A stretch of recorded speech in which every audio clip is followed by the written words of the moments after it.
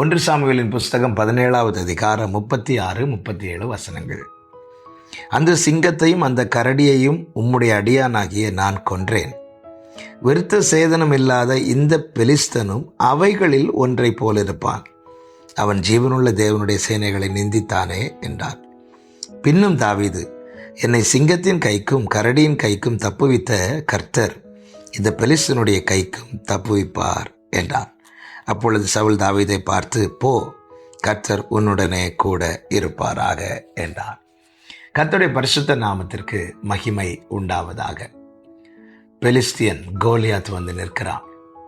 கர்த்தருடைய சேனையை நிந்திக்கிறான். உங்களில் ஒருவன் என்னோடு போராடட்டும், அவன் ஜெயிப்பானால் நாங்கள் உங்களை சேவிக்கிறோம், தோற்று போவானால் நீங்கள் எங்களை சேவிக்க வேண்டும் என்று அவன் சவால் விடுகிறான். இதை கேட்டு சவுல் உட்பட